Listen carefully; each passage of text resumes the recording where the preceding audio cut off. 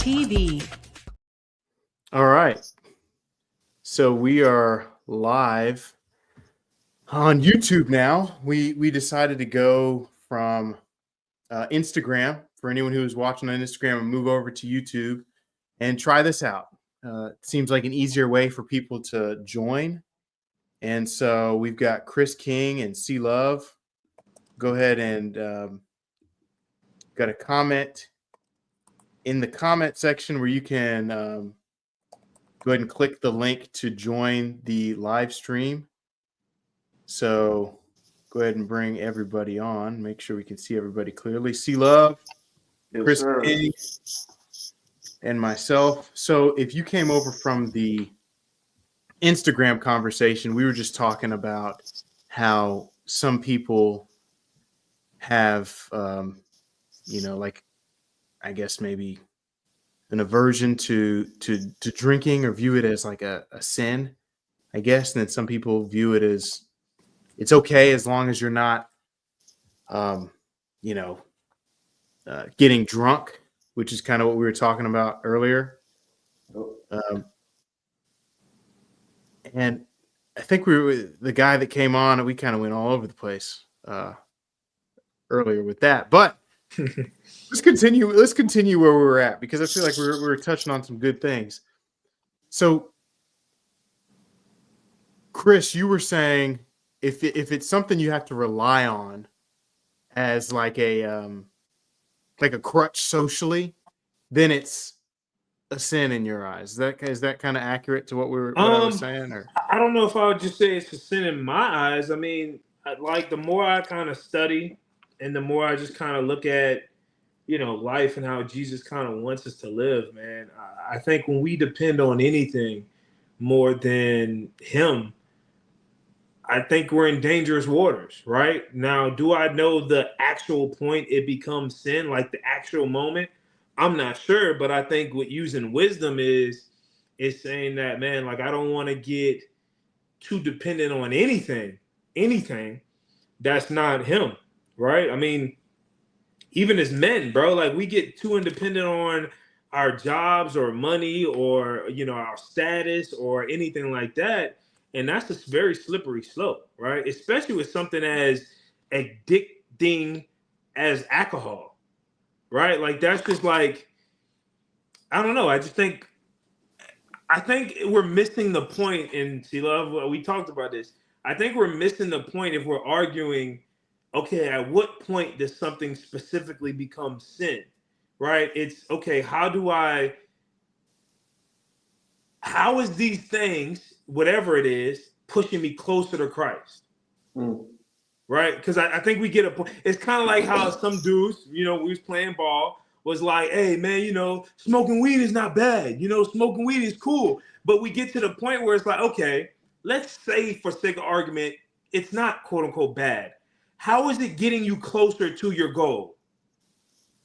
Right? How is it pushing you closer to where you're trying to be? Right?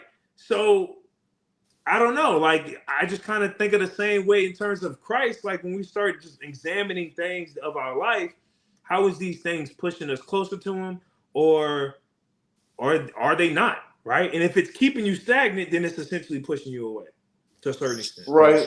And I agree with you, Chris. Like we talked about before, I agree. But at the same time, every single thing that you do in life, is it pushing you towards Christ? I get that that's the goal, but is everything you're doing really pushing you towards Christ? Example, you love wearing Nike, right? Okay. How does that push you towards Christ? Okay, so your argument is saying because I like a specific brand, how is it pushing me towards Christ? How is it pushing you towards Christ? Why can't those Shaqs or those Asics or anything else push you towards Christ? They could, but the point, the overall point I'm making is every little single thing we do isn't something that's like, it's pushing me towards Christ. If I want to have a drink, this isn't a drink, it's just a Celsius. So everybody calm down. But if I wanted to have a drink, I don't see anything wrong with having a drink. And the Bible gives me permission to have a drink. is what I'm Yeah, but saying. the Bible also says everything is permissible, but not everything is beneficial. That's true. So I just think we have to use wisdom, right? And I don't know if that's a good argument to say, oh, bro, like, so because everything that we do is not glorifying God, I got to pass on this.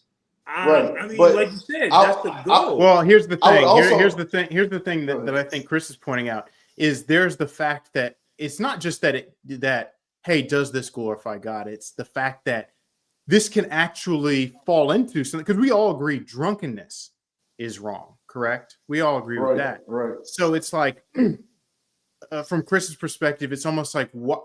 Why are you seeing how close? Not you in particular, but just anyone who may be on that side of the argument, saying, "Why am I seeing how close I can get to the line before crossing it?" And then saying, "Well, technically, I didn't do it. You know, he's not going to hold that against me." Right. And maybe that's true, but why are we even trying to get as close as we can without stumbling into that? That's like saying, oh, I'm not having sex though, but I'm getting this close. It's just like, I think your heart posture is wrong. You see, if I'm coming with that mindset, I think like if I would bring that argument to Jesus, he can be like, bro, it's not even about, it's your heart. Your heart's wrong. Like you're literally trying to justify, let me get as close to this sin as possible, right? But the reality is like sin is like fire, right? And the closer I get, the more chance I have to be burned, right? That don't mean I got to be necessarily in the fire to get burned, but if I'm that close to it, chances are I might get burned. Yeah, and I mean, that's a fair point. I don't And if argue you that want point, to, right? but that's what I'm saying. Like, But wow, then, like, but then, it's, but then, but then, how? Well, you know, we know some people that have the stance where they say, "Hey, you can't drink at all. Drinking alcohol at all is sinful." So I think that's where C Love would say when people start going that far, it's legalistic and no, kind of like I agree. kind of like But the guy said earlier. It's like that gray area is where so let me ask you've you got to. this, C Love. Yeah. Like, would you try Coke? And I'm not talking about the soda. Would I try crack cocaine? No. Yeah. No, I wouldn't. Why not? Because it's a very addictive substance that alters your brain way faster than alcohol. Right. But it's an addictive Yeah. substance that you could do it once. There's literally people that's done it once and their whole lives has been ruined since. Right? There's So people, because you know that's even a possibility, why would I even play with it? there's people that ate Shipley's donuts and Krispy Kreme and it ruined their life. True. Exactly. So that's what I'm saying. I'm just saying we have to use wisdom in saying, and I'm gonna keep it a buck. Even with me, like with sex, that's why I can't open that box right now. Because if I open that box, I'm gonna keep it a buck. I honestly believe it ain't gonna get closed. Yeah. Right? Like I'm gonna go, I ain't gonna say I'm gonna go wild, but like it's gonna be hard to close that back because it's open at that point. So, and I know that something as pleasurable from what y'all tell me, as sex can be so addictive. Why would I even take that chance to taste it? Right. So you're just using wisdom, basically. Right. And that's all it is. Yeah. Yeah, I don't have an argument for that. I mean, that's fair. That's fair. Yeah. It's a fair point. So I'm just saying we should apply that with everything we do in life, right? Like let's get out the point to like we're too mature, and hopefully some people that watch this are too mature to say, is this sin or is this not sin? We got to get to the point where, okay, is this glorifying Jesus or am I using wisdom as I'm doing these things, right? Hey, think of it like this, and I've grown in this, and y'all know me. I've grown in this. Y'all don't see on my page there's a whole bunch of shirtless pictures now, right? Not that I believe it's a sin, because I don't, right? I don't believe me working out and my shirt's off is necessarily a sin. However, I had to grow up to the point to where, okay, I got to start using wisdom with this, right? Is having my shirt off a sin? I don't believe it because I do believe I'm glorifying God with my body, right? But does that also mean I need to post stuff like that? Maybe, maybe not. You see what I'm saying? So, and look, I still don't necessarily believe it's a sin. However, I'm just trying my best to use wisdom as I'm walking and living Right. out. Right. Well, I mean, if you're posting pictures with your shirt off, are you causing other people to sin? Would be the question. I mean, I don't. Maybe not. Like, you just don't know that. I'm not that person. So, but there's a chance that it could, right? But to be honest, I feel like that's the kind of a rabbit hole, because you can say that about literally everything, right? Like, almost everything I do is that like, there's preachers that preach words, right? And be like, oh, am I causing somebody to sin because I got on this blue top that show my arms? Did not, right? I mean, I don't know, Right. right? So, Or even you're like, oh, he's so fluent with the way that he speaks, the right. word that could technically Like, cause if that's someone. at a Yeah, certain point in that argument, I get it, right? And I think you right, shouldn't just do things to provocative to provoke people to sin, right? But right. I think people also got to say, okay, I got to be accountable to know, bro, you gotta fix your eyes. I also think there's a difference. We've talked about this before on Instagram multiple times, but we'll talk about it here too. There's a difference between men and women when it comes to attraction. Men are, visually attracted, and when a man is attracted, he is automatically thinking sex. If a man is thinking about attraction, he's thinking about sex. If a woman is thinking attraction, maybe she's thinking that. Maybe she's thinking, oh, I like how he carries himself. For example, when some people say things like, oh, a man in a suit is so sexy. Why is a man in a suit so sexy? The man in the suit is sexy because it shows, hey, he's got status, he's got charisma, he's got financial security, all these things to I guess protect me and provide for me. But that technically has nothing to do with the physical act of sex and intimacy, if that makes sense. Yeah. So when it comes to men, when we think attraction, we're thinking purely from that sexual perspective. Even if it's someone who's just a friend, even if you're not trying to, there is this idea, if you find her attractive, you find her attractive because it would be someone you'd be okay with sleeping with. Right, because that makes sense. Because I mean, from a I think about physical myself. standpoint. Got you. And I think about myself, right? I can't get with a woman unless I can see myself having physical sex with her. Like, if I can't envision that and I don't want that, then I can't be with her, right? So I agree 100%. Men always, our first thought is sex. Now we got to be careful. Now, I don't know how YouTube works. We just got to be careful saying it. Let's like spell it out maybe or something. But I don't know if you can get in trouble for that. But what were you kind of shaking your head there, Chris? What were you thinking? Well, I was just thinking, like, no, that makes sense. I see what you're saying. Like, you got to have that healthy sexual desire for your potential wife. So, no, that makes sense. Right. Yeah, and Valentine's Day's coming up. I saw a video. I wish I would have saved it so we could show it here, but I saw a video that basically said the only difference between let me think of how it was worded. Marriage is the key. Sex is the main differentiator in marriage. Sex, intimacy, is the main point of marriage. And a lot of people would say, no, that's not the main thing. That's not the from a societal standpoint. That is the main unique factor about marriage. For this reason. Okay, yeah. Okay. It's the only something you shouldn't be able to get from anybody else. You can't get from anybody else. And I say it like that because in the world, we act like it's not a big deal. We act like it's no big deal. That doesn't make you like exclusive to anybody. And that doesn't make anything special, blah, blah, blah, blah, blah. Yeah. And we've kind of taken that idea in the church too, and we've said, oh, well, marriage is a lot more than just that. It's relationship, it's loving one another, it's this, it's that.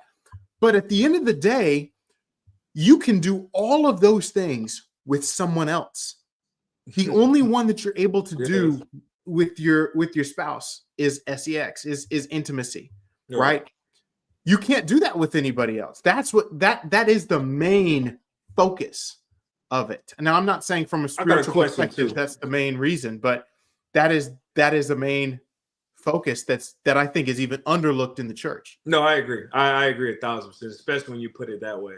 So I got a question, like an honest question. Hey, I feel like if we can answer this question, bro, like we cracking the code, right? All right. How do we deal with those sexual urges, that desire, that natural aspect of us, right? Because sex is a great thing. It was created by God. How do we manage that when we're not married, right? Because I think people be like, oh, well, just don't have sex until you're married. Yes, I agree, right? However, like, so am I just supposed to suppress it for 30 years of my life? You see what I'm saying? So, like, how do we exactly, like, deal with that? Because I know people say don't do it. I know people say keep your focus on Jesus. I agree 1,000%. But how do we? Because I haven't found one, and I don't know if I can, and I don't know if I'm necessarily looking. But how do we get to the point where it's like God doesn't necessarily give us anything to supplement that? Like, you know what I mean? Like, he doesn't give us anything to, like, okay, this is how you deal with that, right? Until you get into this confines of a marriage, right? So it's like, how do we deal with that?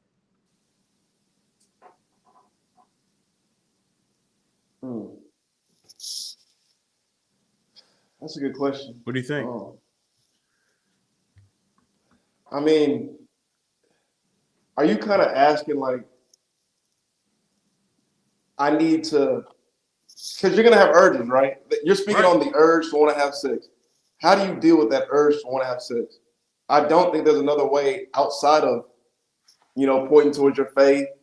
Maybe you have a physiological response, right, that you need to take care of. And I think that can only be supplemented by maybe working out or, I don't know. Okay. I don't know. That's a good question. Well, do you think, like, do you think there's a chance that maybe our society has been so warped because of the P word that we view it very differently, that a lot of people have been, like, playing and experimenting with themselves since they were like 10 and 12 compared to any other time in history? Right. I think that makes it that much difficult, because supposedly to the world, that is the release, right? That's how you deal with it. That's how you cope with it until you get to marriage. But what I'm saying is, I don't think this was as much of a problem that anybody had to deal with to the extent that we have to deal with because of those things. I think if we weren't exposed to those things, it wouldn't be as much of an issue as it is now. I remember, I think I might have one of the solutions that God gives us, right? And that would be what's called a wet dream. This is where you have a dream that you're having sex with a woman. And in that dream, you get so built up that you release in your sleep, right? Okay. I think that's one of God's natural designs to get that urge out without actually having to have sex. So my only pushback would be that, because I've seen some things, and look, I'm not obviously I'm not God, and I don't know how everything in the spiritual realm works, right? But I've also heard that, like, that's the spirit, right? That's kind of on. It's kind of like how you talked about, when we was talking in college about like the whole sleep paralysis thing, right? That is a type of spirit that kind of comes on you in a form of lust, and even while because you're sleeping, but you're still conscious, right? Because you kind of know, you can feel it, right? So you're still conscious to a certain extent. So I don't know. Like, I don't know if that's just strictly a God move, if I don't know if that's kind of a tactic of the enemy to kind of incite lust even more, even while you're kind of asleep. I don't know. I think it's I don't just a know. physiological response. Yeah, but you're thinking about it, and that's Yeah, but essentially I lusting, think right? no. If you're dreaming, that's not the same thing. You're not in control of that. I mean, I know about y'all, but I know there's been times in my like where I'll go to sleep with like a storyline in my head. Okay, this is what I'm gonna dream about, right? So you're Am I the saying you would only? control. So you're saying you would control your dreams. I would. I mean, obviously, you only can control it so much, but I would think on the storyline as I go to sleep, and sometimes it just follows it as I dream. That's never happened to me. I've never had that much control of my dreams where I could do that. Um, but I don't know. I guess. I'm just trying to figure out. I'm just trying to help the Well, younger. okay. Here's the other thing I'm thinking about too when it comes to that question about, hey, where's the supplement for this, right? The reason we have supplements is because there's stuff that you actually need. It's not a need. It's a deep desire, but it's not a need. You don't need that, right? You don't need it unless you're married. Technically, you don't need it. So I think that it's one of those things where it's like, if you have it the right way, you have it. But that's the only. It seems as though that's the only way that God has given an out or a way to do that is that way. And if you don't, then So Zach, you're. Well, I would say also too, Chris, before you go, don't forget your thought. But I would also say that the Bible does talk about how if you're burning with passion, then you need to get married, right? right, So I think that's why back in the day, people weren't waiting until they were 30, 32, 40 years old to get married. They were getting married earlier, right? right. 23, 22, 18, as soon as they could, right? They were getting married at young ages. They weren't waiting until they were 30. You know what I mean? It's like, But I just think, like in today's, and like you said, I mean, obviously, all we know is the society that we're living in right now, right? I just think it seems like it's dang near impossible, right? Because like, look, everywhere you go, everything you turn on, your phone, the TV, the this, to that, it's all about sex, right? And if you're trying to wait until you get married, it's still indirectly about sex, right? Like, oh, I'm not. I don't think about sex. Don't have sex. Don't have sex. You're essentially thinking about sex, right? So it's just like, God, like, what do you want me to do? Right? Like, yes, seek your face, seek first the kingdom, all these things. And as you do that, I think you do get stronger, but it still doesn't necessarily give you like a supplement or a release to those feelings, right? So it's just like I don't know. Sometimes it seems, and obviously I know this is not true, so bear with me, people that's watching. But sometimes it seems like, oh, it's like I got to be a robot until I get to that stage in my life. yeah. I You mean, know, does that make honestly, sense? I get it. And there is no substitute, right? Unless you have a wet dream or unless you're gonna jack off and not think about anything and just let it off, But that's like impossible to do because, well, I mean, Because I you're don't know. Maybe lusting. some people can do it, No, but but I you're know I lusting can't. after a woman you thought about, desired, you seen. Well, that's what I'm saying. Unless you're just gonna do the physical action of ejaculating and you're not gonna think of anything or watch anything, there is no other release besides a wet dream. That's it. I don't think you. Well, here's the reality of it. You're not gonna like explode. Yeah. It's not like something's actually bad is actually gonna happen to you. Yeah, And then but Zach, I think the main thing, like what C Love was saying before, people were just getting married. Like yeah, I think we've over spiritualized choosing a spouse. I think we've gone to this down this path of like, okay, God's got to like whisper in my ear, this is your wife.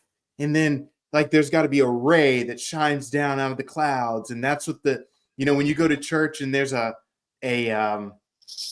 guest speaker that comes and talks about him, how he met his wife. He always makes it seem like I saw her at church. She was standing right there in the middle of the choir, and I knew she was my wife. God spoke to me and said, that's your wife. And then what it does is it sets expectations for other guys when they're trying to, really seek God's face. And they're like, okay, maybe that's what it has to, that's what has to happen to me, not knowing this guy just made that up. Like he exaggerated that whole story so that it sounded good to his wife. So when they go home, later, she'll be happy with them. It's not really like that. There's only one situation in the Bible that I can recall that's kind of like that. And even that isn't like what I just described and what I've heard people say in these like guest speaker type things. So I think the main thing is we've over spiritualized marriage. We're waiting too long to get married. And I think that good marriages are built, not born, if that makes sense. Yeah. So I think a lot of the things that we're trying to avoid, we can actually just grow out of them together. At least that's my thought. And I'm not saying you ignore huge red flags, and you just settle for anything. But I think some things can be worked through. I think that if your values are on the core principles are the same, and you guys at least agree with the main roles of each other's role when you're about to come into the marriage, you have some people coming in mentoring you, and that you guys both agree, hey, we're doing this thing for life. But Zach, can we be honest? I think even with that, I don't know if a lot of men, and we can talk about men specifically, I don't know if a lot of men are being trained to be husbands that early. I think they are. I'll say this. I think more men have been trained to be husbands than women have been trained to be wives. But I don't think it's a lot. That's not what. Okay, that's fair. I think that's fair too. But I'm not talking about the women. I'm talking about us. I don't like when I see men my age and especially younger. I just don't see a lot of young men being trained, discipled, taught how to be husbands. Taking out the women right now, right? Not even talking about them.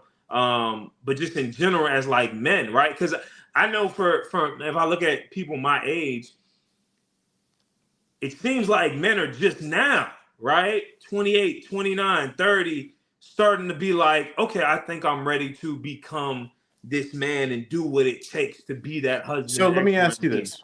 When you say they're not being trained up to be men, what do you mean by that? Are they just not portraying the characteristics that you're talking about? Or are you saying no one's even telling them in society, in church, in general, to portray those characteristics?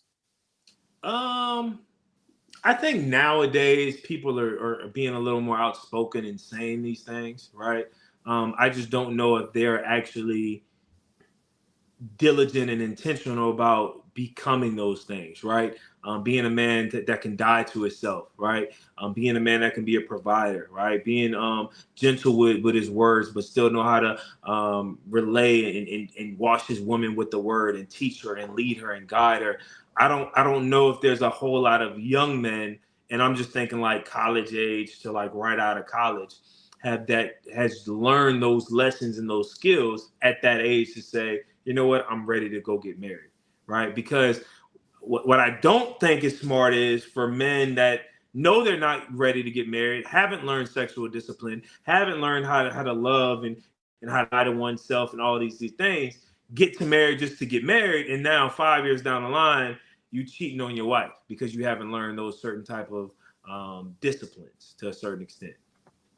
No, I get what you're saying, but I do think that I would say that I think men have been taught those things for the most part. Are you saying that from your age or just in I'm general? saying in general. I think in general, even in the secular world, most men have been taught, you treat a woman differently. You open the door for her. You treat her with dignity I and don't kindness know. and softness. I Let me explain. I think that even think about it like this: in our society, in general, and let me finish my point before you guys jump in. In our society in general, it has been explicitly shown and explained that we will not tolerate when women are abused and mistreated and all these other situations. Women need to be treated differently. When young boys are getting sent to the prom, they have that talk with the girl's dad if the girl's dad is there. There's the talk with the mom, and there's the talk that says, hey, this is how you treat a lady. Open her door, do this, do that, talk to her this way, talk to her that way. Now, here's the problem. The problem is not just, oh, the guys they're just not listening to the advice, or they're not getting the advice. Then they're giving the advice, but they've been given the advice, and then especially a lot of guys our age and younger, and some even older, they've tried it and it didn't work because the women were not taught how to receive any of those things in our culture. And so I think a lot of the guys have abandoned that because they saw, hey, this doesn't work. Even in church, especially in church, like there's this idea where, hey, if you're a man of God, if you're a man of character and kindness and all these other kinds of things, then you're going to be that's the type of husband that these women need. And then there's the guy picking up all the chairs after church and doing those things, and none of the women want them, and they want the guy that's doing the other stuff. The thing that they're not realizing is there's other biological, social factors that come into play. Like, hey, women like a guy with confidence. Women like a guy that is financially stable. They like a guy that has this, that has that. And I think the main thing is a lot of guys haven't been taught that in conjunction with, this is how you treat a woman, and this is how she needs to be,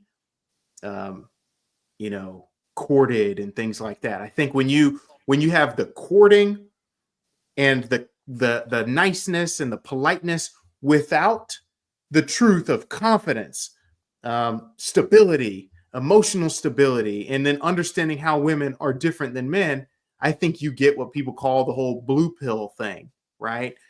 And then I think when you get the confidence, emotional stability, stoicism, success, all of this without the what's the word I'm looking for? The Spiritual maturity. The spiritual maturity, but the courting and the kindness and politeness that comes with treating a woman like a woman, then you get a lot of the extreme people that you see sometimes, like in the manosphere, like sleep with 100 girls, who cares, like that kind of stuff. I'm not saying everybody, but there's some people that think that way. And so I think what's let a lot of young men down is they've been given the courtesy advice without the self-improvement and the reality of how women are advised. And then a lot of the women haven't been taught how to receive healthy masculinity. And I think when you throw all that in there, it's a combination that's gonna lead to a lot of problems, and we're seeing it now. I know that was probably a lot longer of a response than you're looking for, but that's what I really think the issue is. Because think about it like this: how many times have you gone to church and you've heard a pastor preach about marriage? Would you say it's pretty common? Not too rare, right? I'm not saying it's every Sunday, but it's not rare, right? Yeah. Preach about marriage. They're going to do it a couple times a year. They're going to do it a couple times a year, right? They may do it this Sunday because Valentine's Day is they're definitely doing it this Sunday. They already did it. They already did it. And they may do it another one right now, okay? Right. A lot of times they go to Ephesians chapter 5. Now, when we go to Ephesians First Corinthians, when we go to Ephesians, what do we get?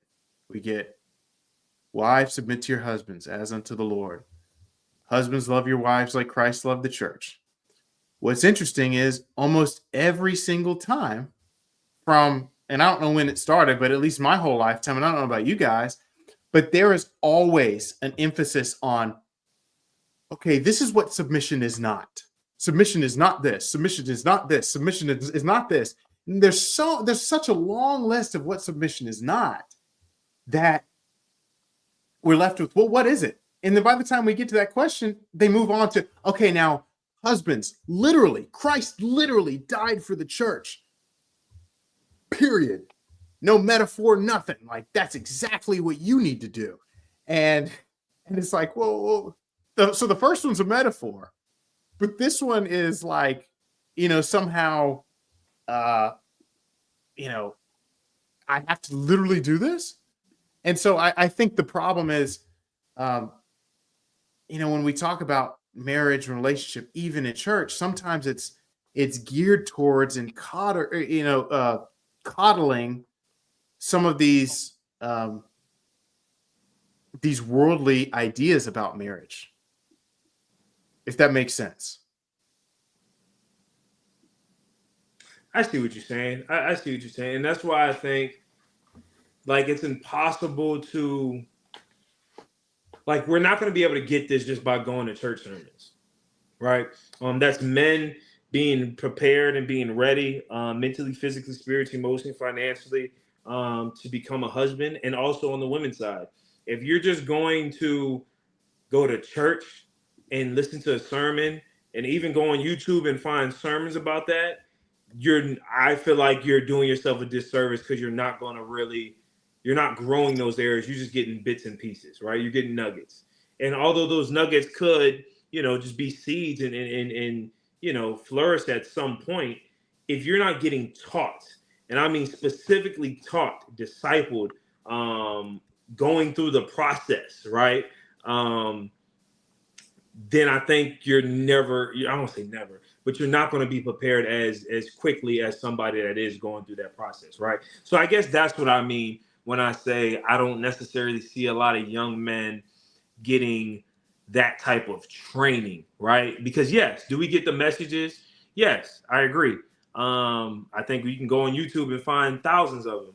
However, I don't know if I see a lot of young men being discipled in those areas by men that have been married to say, okay, before we get married, let's go through this process. I'm going to teach you how to do this. I'm going to teach you how to do this. I'm going to teach you how to do this. I'm going to teach you how to move in here. And right, because let's keep it fair, I don't see necessarily a lot of women getting that either, right? To say, you're going to have a group of women that have been married, right, that's going to sit down and disciple you and teach you how to receive, how to give, how to move, how to submit, how to X, Y, and Z. So I think on both sides, right, we're not doing that type of work at an early age. So it essentially prolongs the waiting season of not having sex. So now we in our 30s and neither of us is married. And then in the meantime, we've been juggling sin and smashing this and doing that and doing that. So then we do get married. Now we're like, okay, now we got to learn all these lessons. And now it makes it really difficult. If some people even make that like last. Right. So it's just, we got to start from the ground up, right? We got to start from the ground up. If you're married and you're working on having a successful marriage, you got to find young men that you can kind of disciple and teach and build up and give them the keys. So when they do get 22, 23, they can be more prepared to make that decision to say, I don't want to say a worldly, but from a financial, from a physical, from a emotional standpoint, but also a spiritual standpoint. They're prepared at 22, 23, 25, a whole lot early. Because I ain't gonna lie, fellas, if I would have had this coming out of college, I promise you I would have found somebody and I would have been like, nah, we got to get this thing done, right? Like, I don't think to a certain extent there's no benefit in waiting longer and longer and longer to not have sex or to not be in that position. Especially now, I will say this: the man that was at 22 when y'all knew when we was in college, he was nowhere near ready, the man I am today, and ready to be married. By no means, right? And that was coming from a guy that did love the Lord, did submit, was waiting, all these different things, I still wasn't trained in that area. So I think, for men that have been trained in that area and are doing it at that level, y'all got it, and me too. When I get there, start pouring into those young men. And it's the same thing with women. If you're a woman that's seen this and you're experiencing a good, healthy marriage, start pouring into young women to teach single young women, right? Obviously, Right. have your couples count, but single young women to teach them, this is what we're looking at. These are the lessons. These are the keys. This is the knowledge and the wisdom that you can get now. You ain't got to wait till you're 40 to get all these keys and learn it by experience. No, use my experience and learn it. 100%. 100%. I think. Yeah, y'all got to clip that. I need to post that. Oh, I got you. Yeah, we're definitely going to clip that one. I think the community is so important, man. We're talking about marriage. You've got to have mentors. You've got to have people that can speak into it. This idea of we're just going to figure it out as we go, just on our own, and we're gonna love is just gonna lead the way, and love meaning like an emotion and a feeling. Right. That's not going to work. You've got to have people around you. You've got to have a plan. Now to a degree, everything's not going to be perfect. You do have to work through some things. You got to figure some stuff out when you're in there. This is a new experience. Exactly. But you do have to use wisdom, and one of the best ways you can use wisdom is learning from what other people did right and what they did wrong, instead of you thinking, oh, well, I've got to make all these mistakes in my early 20s and then say, well, it made me who I am today. No, you can avoid that, and you can say, I'm going to learn from other people's mistakes and other people's accomplishments and go on from there. Yeah. I agree with that. But guys, thanks for hopping on. This is the first time we did it this way. I think it worked. It went pretty well, pretty smooth. So maybe we'll just do it like this from now on, and we can stream directly to Instagram through here now instead of. Oh, really? Yeah, we can. We can do that. I didn't know you could do that. So we're Instagram right now? No, we're not. Oh, okay. I didn't want to risk messing it up, but apparently you can. So cool. We'll do that. So for all the Instagram people that are out there, we're coming back on the Instagram lives, and we'll share links for you guys to be able to hop on. Chris, C-Love, thanks for coming on. We're going to try to do this at least twice a month, and we'll see you guys next time. Appreciate it. Catch our boys later. Yes, sir.